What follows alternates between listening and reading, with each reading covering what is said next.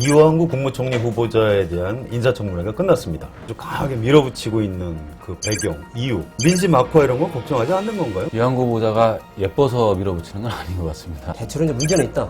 그러나 통과시키자. 이완구 후임 의사가 되고 말아요, 새누리당이. 16일 날 임명동의안이 가결이 될까요? 여당에서 반란표가 나온다. 무기명 비밀 투판이니까 누가 이탈했는지 모르거든요. 문재인 대표의 선택. 들어가느냐 마느냐 애매모호한 태도를 취한다. 그러면 야당은 이제 여당 이중대가 되는 거죠.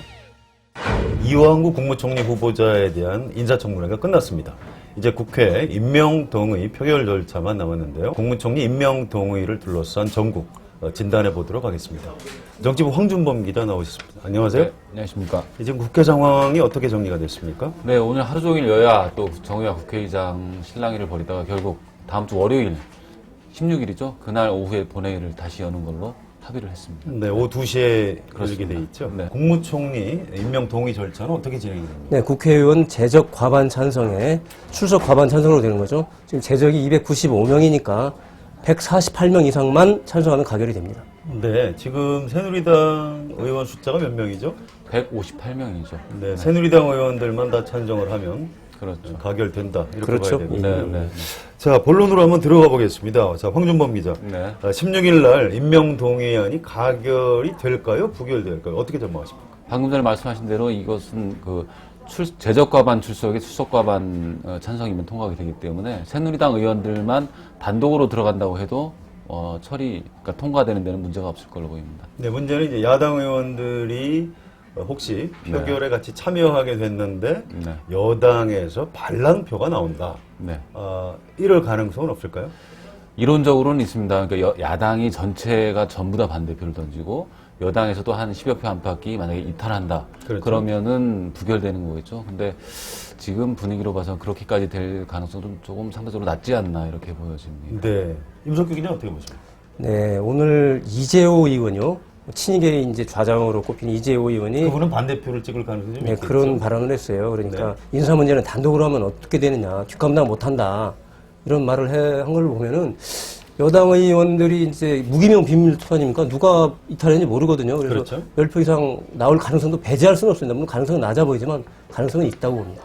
자, 궁금한 게 말이죠. 박근혜 대통령하고 새누리당 지도부가 이완구 후보자에 대한 국민들의 여론이 별로 좋지 않은데도 불구하고 이렇게 아주 강하게 밀어붙이고 있는 그 배경, 이유, 그게 뭘까요?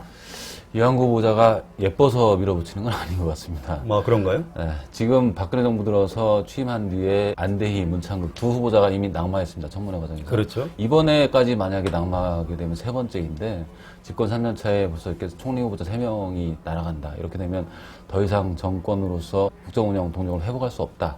이렇게 보는 위기감을 여당도 같이 갖고 있기 때문에 같이 청와대와 보조를 맞춰줄 수밖에 없는 처지인 것 같습니다. 임석규 기자 어떻게 보십니까? 진퇴 양난이죠. 이래도 가결시켜도 욕먹고 안 해도 욕먹느니 그래도 임명이라도 하고 보자 이런 상황인 것 같습니다. 네, 그렇군요. 자, 이 질문은 황준범 기자한테만 네. 드리겠습니다. 네. 설 연휴가 이제 2월 18일에 시작이 되는데요. 네. 2월 16일에 국무총리 임명동의안이 가결이 되면 네네. 그 뒤에 곧바로 총리를 임명하고 네. 설 연휴 직전에 네. 후속 인사를 단행한다. 이런 보도가 있던데요. 네. 어떻게 전망할 수 있을까요? 청와대는 설 전에 모든 그 총리를 포함한 장관들 개각 그리고 청와대 일부 개편까지도 다 마친다는 계획이거든요. 그래서 16일 날 오후에 본회의에서 이완구 총리 후보자 임명동의안이 통과가 되면 그 즉시 또는 그 다음 날이라도 아마 후속 개각 개편 작업을 할 걸로 보입니다. 네. 관심이 가는 자리가 청와대 비서실장 그리고 이제 후임 장관들인데요. 하마평은 어떻습니까? 지금 비서실장 후임으로 뭐 권영세 주중대사 얘기가 좀 있었고요. 권영세 주중대사가 새로 김장수 전에 안보실장 하셨던 분이 내정되면서 귀국할 예정이죠. 그렇죠. 귀국이 이제 기정사실화 됐고요. 오면 네. 그러면 과연 어떤 자리를 맡게 될 것이냐 이게 또 주목이 되고 있는데요. 본인은 뭐 글쎄요. 뭐 내년 총선을 바라보고 뭐 의원을 하고 싶어하는 생각이 있지만 비서실장 또는 뭐 통일부 장관 이런 데도 하마평에 있는 건 사실입니다. 근데 내각으로 들어갈 가능성은 별로 높지 않다. 뭐 이런 관측도 나오더라고요. 네. 왜냐하면 본인이 청문회 서는 것도 그렇죠. 또 여러 논란이 있을 수 있고요. 그리고 가장 하고 싶어 하는 거는 또 여의도에 다시 들어오는 걸 원하고 있기 때문에. 총선에 나온다는 네, 얘기죠. 그렇습니다. 네. 네, 그렇군요. 네. 혹시 그 황교안 법무부 장관이 비서실장으로 자리를 옮기고 법무부 장관으로 갈 가능성은 없을까요? 그 경우에도 뭐 인사청문회를 거치는 경우인데요. 그래서 그럴 가능성은 좀 낮지 않나 저는 그렇게 봅니다. 네, 알겠습니다. 자, 이 질문은 임석규 기자한테만 드리겠는데요. 처음에 이완구 후보자에 대해서 야당이 좀 호의적인 그랬었죠. 네, 그런 태도를 취했다가 이렇게 강하게 반대로 돌아선 이유가 뭘까요? 이제 이완구 후보자가 그동안에 몰랐던 사안들, 도덕성 문제가 너무 커지니까 이 상황에서 야당이 무슨 인간관계만으로 좀 약간 애매모호한 태도를 취한다. 그러면 야당은 이제 여당 이중대가 되는 거죠. 그래서 그렇죠. 야당도 이제 이 강하게 반대하지 않을 수 없는 상황으로 됐죠. 문재인 의원이 이제 새정치민주연합의 대표가 돼서 국민들한테 박근혜 대통령하고 싸우는 모습을 보일 것이냐, 아니면 다음 대통령에서 대통령이 될 수 있는 집권 가능한 정치인으로 국민들한테 비칠 것이냐, 굉장히 중요한 선택인데요. 네. 자, 문재인 의원, 문재인 대표의 선택은 네. 어떻게 전망할 수 있을까요? 그거는 이제 어느 정도는 박근혜 대통령과 새누리당에 달려있지 않을까요?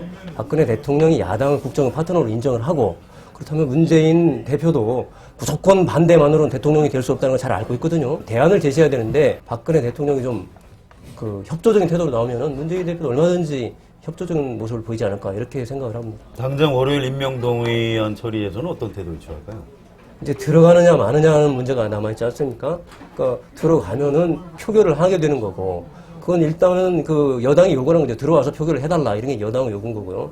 그런데 또 한편에서는 무슨 자격이 없는 사람을 우리가 표결에 응하느냐, 보이콧하자, 들어가지 말자 이런 선택을 기록하였는데요. 제가 봤을 때는 이제 그 상황 한 2, 3일 주말에 여론을 좀 보고 또 여당의 이제 그 이탈표 가능성 이런 걸 보면서 좀 전략적으로 검토를 하지 않을까. 김무성 대표 또 유승민 원내대표 체제가 들어서면서 새누리당이 이제 박근혜 대통령 청와대하고 좀 대등한 관계 내지 오히려 당이 국정을 이끌어가는 그런 관계를 맺겠다 이렇게 국민들한테 약속을 한 것 같은데요. 이완구 후보자 문제에 대해서는 그냥 뭐 이분이 국무총리를 할 수 있다 없다 이런 얘기 없이 무조건 가결시키는 쪽으로 움직이고 있는 것 같은데요. 네. 민심 악화 이런 건 걱정하지 않는 건가요? 어떻게 보십니까? 걱정을 하고 있습니다. 그렇지만은 그러니까 특히 이제 유승민 원내대표의 경우 굉장히 체면을 구긴 거 아닌가요, 이번에? 그 주변에서는 그런 걱정을 많이 합니다. 사실 유승민 원내대표가 그 원내대표의 신분이 아니었다면 그 스타일상은 사실은 이번 일 같으면은 가장 누구보다 선명하게 반대 뜻을 비쳤을 거라는 게 주변 참모들의 얘기입니다. 하지만은 오히려 지금 그 이른바 비박근혜계라는 그런 어떤 꼬리표를 달고 사실 이번에 그 의원들의 변화 욕구를 받아서 당선이 됐는데, 그렇죠. 지금 유승민 원내대표로서는 오히려 한동안은 박근혜 대통령을 좀 도와서 보조를 맞춰나가는 이런 모습을 보일 부담감도 굉장히 갖고 있기 때문에 이번에는 좀 그 본인 뭐 마음이 어떨지 모르겠지만 도와줘야 하는 그런 그 처지인 거죠. 그러니까 욕을 먹을 만큼 먹더라도 박근혜 대통령을 도와주는 모습을 보여야 한다. 네. 자, 임석규 기자 어떻게 보십니까? 네, 지금 굉장히 곤혹스러울 거예요. 지금 여당 지도부도 문제가 없다 이렇게 주장하지는 않거든요. 대체로 이제 문제는 있다. 그러나 통과시키자. 이런 굉장히 모순적인 주장을 하고 있어요. 근데 결과적으로 그렇게 되면 국민 눈에는 이완구 호위무사가 되고 말아요, 새누리당이. 그렇죠. 부도덕한 사람의 호위하는 그런 무사가 되는 여당의 모습 굉장히 안 좋죠. 그래서 굉장히 곤혹스러울 겁니다. 네, 안타까운 일이네요. 자, 이제 16일에 국회 본회의가 열리고 이완구 후보자의 임명동의안이 가결되든 또는 부결되든 결론이 내려지게 됩니다. 가결이 되면 청와대 비서실장 또 후속 장관 인사가 이어지게 돼 있습니다. 대한민국 정치 언제나 좀 숨가쁘게 돌아가는 것 같지 않습니까?